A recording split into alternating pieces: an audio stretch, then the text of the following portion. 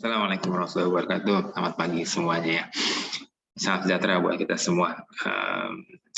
Menyikapi yang sedang viral hari ini tentang Yusuf Mansur. Ya. Yusuf Mansur penipu. Ya, saya punya analisa begini. Seseorang yang penipu itu mungkin dia nggak mau tampil. Ya, seseorang yang penipu itu dia cenderung hindar ya, di telepon nggak bisa, dihubungi nggak bisa gitu. Ya, gimana lah kalau orang yang nipu itu, ya, misalkan teman-teman minjem uang ya, mana ditagih, nggak mau mulangin, kan biasanya kita hindar dan kemudian cenderung tidak mau ketemu, ya nggak bisa dikontak. Jadi kalau misalkan ada yang menganggap ya Yusuf Mansur penipu, ya dicek aja apakah kemudian beliau menghindar. Kayaknya enggak tuh. Ya, beliau malah sering update, sering posting status gitu kan.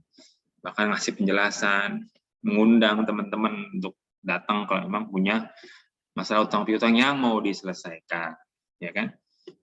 Ini menarik nih, yang mau diselesaikan. Jadi kalau kita mau selesai masalahnya ya tinggal ketemuan aja kan. Jadi poin yang pertama saja, kayaknya Yusuf Mansur penipu, buat saya kayak enggak deh. Ya, terlepas nanti ke teman-teman misalkan searching nih, ini siapa sih yang ngomong begitu. Searching aja, tapi dalam konteks analisa sederhananya, seseorang yang penipu itu dia apa namanya, ya nggak mau tampil, nggak mau dihubungin, menghilang gitu. Ini nggak menghilang. Yang kedua ya, misalkan juga biasanya ya, menipu itu omongannya berubah-berubah, ya, berubah-berubah. Misal ya, nanti deh, ini. Jadi kalau misalkan di poin kedua kita lihat dari bagaimana sikap Yusuf Mansur, ya, enggak tuh, ya sama begitu poinnya. Poinnya sama, beliau bahkan sering sekali meminta maaf dalam postingan-postingan di Instagram, di medsosnya begitu. Dan juga menyikapinya dengan enjoy gitu kan. Ya kayaknya dari level penipu untuk poin yang kedua nih, mencela-mencela berubah-berubah, enggak deh. Ajak begitu ya. Beliau ajak. Nah, misalkan begini, tapi kan dulunya beliau menjanjikan akan ada usaha yang untung akan dibagi. Ya ini saya curiga memang teman-teman yang ikutan usaha berpikirnya usaha itu pasti untung. Nah ini repot. Ya. Kemudian seperti orang yang menikah menganggap bahwa menikah itu pasti bahagia. Repot juga Pak. Karena sesungguhnya pilihan apapun Anda dalam kehidupan Anda itu, opsi dua, bisa untung, bisa buntung, bisa bahagia, bisa sedih ya. Ya, dan bisa dipuji, bisa dicaci, bisa disanjung, bisa dihina. Dua pilihan itu tetap ada, apalagi dalam bisnis, oke? Okay? Dan yang saya lihat memang beberapa usaha beliau yang beliau gawangi pada waktu itu memang ada yang memang tidak berhasil, wajar. Yang berhasil banyak, ya kan? Yang berhasil banyak. Bagaimana beliau mengkampanye, misalkan BRIS pada waktu itu ya. Saya pun nggak ikutan ya. Maksudnya ikutan saya nggak selalu banyak lah dibanding kawan-kawan yang kemudian mungkin gabung di dalam sahamnya gitu. Saya enggak. Saya hanya membantu ketepatan saya itu nasabah BRIS waktu itu. Saya ikut nabung aja gitu, dalam rangka memperkuat BRIS gitu. Jadi kalau bicara bagaimana patungan hotel dan macam-macam, ya lihat aja hotelnya ada apa kagak. Ya, jadi saya sih sederhana melihat poin ketiga tadi ya. Kan dulu pernah dijanjikan akan untung dalam bisnis. Ya bisnis sih Pak gitu. Dalam rangka awal kita menyemangati kan boleh. Ya, saya begini. Ayo nanti kita belajar yang giat, belajar yang kuat. Biar ujiannya bagus, pas ujian jelek. Itu yang ngajak kira-kira diomelin apa kagak? Ya kan enggak juga, kan niatnya baik. Jadi kalau misalnya teman-teman hari ini ya, diajak orang untuk berbisnis, ayo bisnis sama saya nih. Ya. Opsinya dua, bisa untung, bisa buntung. Ya. Lalu bagaimana kita nyikapin? Lihat aja bagaimana orang-orang yang mengajak kita dulu ketika kemudian kita mau bisnis dan investasi. Ya, ketika orang itu terpuruk, misalkan bisnisnya gagal, maka dia nggak lari. Dan itu pun juga Yusuf Mansur lakukan. Dia nggak lari dan dibalikin ya. Postingan terakhir beliau sampaikan bahwa berkas-berkasnya ada. Timnya mengarsipkan semua itu. Ini clear lah ya. Jadi kalau misalkan dibilang Yusuf Mansur penipu, di poin ketiga, enggak. Ya. Poin keempat misalkan, sudah dikasih tahu bahwa ini dari dulu bisnisnya ya bisnis terus dah. Ya. Ustadz mah dakwah saja. Ya. Bisnis kasih sama yang ahli. Ya benar, bisnis kasih sama yang ahli. Tapi ide itu ya, ide itu nggak bisa muncul dari orang yang sembarangan ya. Ide itu muncul dari orang-orang yang memang dia sering bermimpi. Ketika dia punya mimpi, ya dia gawangin mimpinya. Ya kan? Ketika dia gawangin mimpinya di tengah-tengah jalan nabrak-nabrak, diingetin, ya, dilurusin. Contoh misalkan yang lagi hangat, mungkin juga teman-teman juga tahu PyTrend ya. Saya pun member PyTrend awal dari mulai VSI, kemudian ada PyTrend, ada Training.net ya. Saya member dan saya aktif sebagaimana saya pengen bahwa ekonomi umat itu leading gitu, unggul. Dan saya support luar dalam ya, maksudnya ya saya keluar, saya campaign juga, saya ngajak teman-teman udah pakai PyTrend nih, ya, nggak walaupun marginnya agak-agak tipis gitu dibanding bisnis yang lain, tapi ini masa keberpihakan. Di tengah-tengah ada hal yang kurang apa namanya, support yang apa-apa juga, ya. Wajar lah teman-teman ketika awal berumah tangga apakah langsung hebat, nggak juga kan.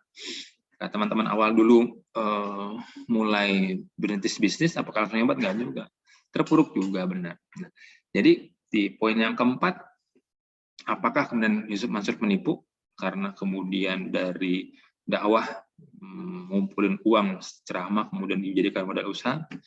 Kayaknya enggak deh. Lalu apakah kemudian saya setuju bahwa Ustadz itu harus dakwah saja, nggak boleh bisnis usaha? Saya nggak setuju. Saya nggak setuju ya. Nah, nuduat qobla kulli syai'. Waduh, ada bahasa Arab ya dikit. Itu kalimat dari siapa ya, saya lupa. Pokoknya cukup terkenal ya di karangan para penggiat kegiatan keislaman begitu ya.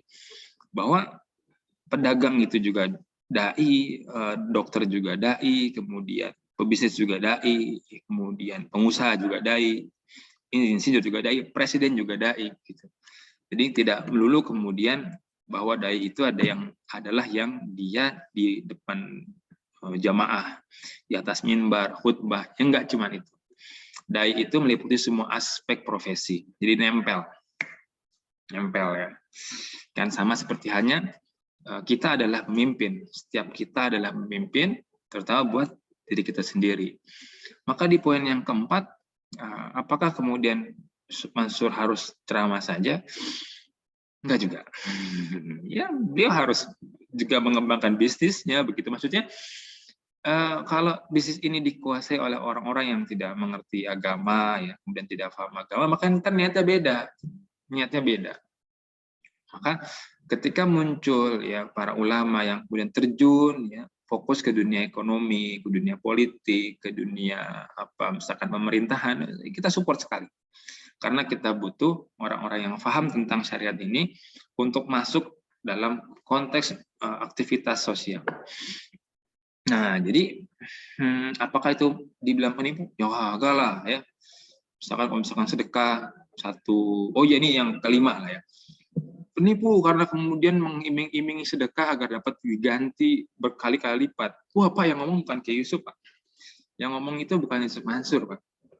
Ya, rekan-rekan. Jadi, ini konsekuensi dari kemudian kita memahami, meyakini Allah dan Rasulullah sebagai Tuhan kita dan Rasulullah sebagai teladan kita. Ya, Allah menurunkan Al-Quran, Rasulullah kemudian memberikan hadis-hadisnya atau kemudian arahan-arahannya lewat kalam beliau yang kemudian diteruskan lewat para sahabat sampai ke kita pada hari ini. Allah menyampaikan kalau mau berkah, ya, berkah hartanya, yes, zakat, infak, sedekah. Kalau Anda sedekah satu kali akan dilipat gandakan 10 kali. Yang ngomong bukan Yusuf Mansur. Tapi kok nggak proven? Ya nggak proven, ya kalau kita nyebutnya term and condition apply. Ya mungkin syarat dan situasi berlaku. Ya ente sedekah baru sekali, maksiatnya berkali-kali. Ya itu mah hal sederhana lah, Pak. Ya kan? Hal sederhana. Jadi itu poin kelima. Apakah kemudian orang yang Yusuf Mansur menipu karena mengiming-imingi sedekah dan akan menjadi berkali-kali lipat? Ya, mungkin dalam tengah-tengahnya Anda tengah-tengah ceramahnya mungkin Anda tidur kali ya. Ya, atau tidak memahami konteks tausiahnya, tausiah ceramahnya. Maka saran saya, ngajinya jangan setengah-setengah. Ngajinya yang full. Kalau ngaji itu, ya ngaji bener fokus gitu kan. Dan ngajinya jangan kalau ada butuhnya doang. Ngaji kalau ada butuhnya doang ya repot, Pak. Ya kan? Kira-kira begitu. Itu poin yang keberapa ya? Yang kelima kayaknya. Kelima. Pertama, apakah Yusuf Mansur penipu? Dalam konteks biasanya orang penipu itu kabur-kaburan, beliau enggak. Yang kedua, apakah Yusuf Mansur penipu? Karena biasanya penipu itu ngomongnya mencela-mencela, nggak bisa dipegang. Beliau enggak juga. Ketiga, apakah Yusuf Mansur penipu? Karena kemudian beliau apa ada tadi itu ya? Bisnis gitu ya. Bisnis, oh ya bisnis, ngusulin bisnis, tapi ternyata menjanjikan kemudian bisnisnya nggak realisasi begitu. Ya tentu bisnis itu punya risiko untung dan rugi, dan tentunya ketika kemudian sedang rugi, ya beliau berusaha mengembalikan sesuai dengan kesanggupannya, dan pun dia lakukan sampai hari ini. 4, apakah Yusuf Mansur menipu karena kemudian dari ceramahnya kemudian melakukan ini sebagai konversi bisnis? Itu tidak ya. Sampai kemudian yang terakhir, apakah Yusuf Mansur menipu karena kemudian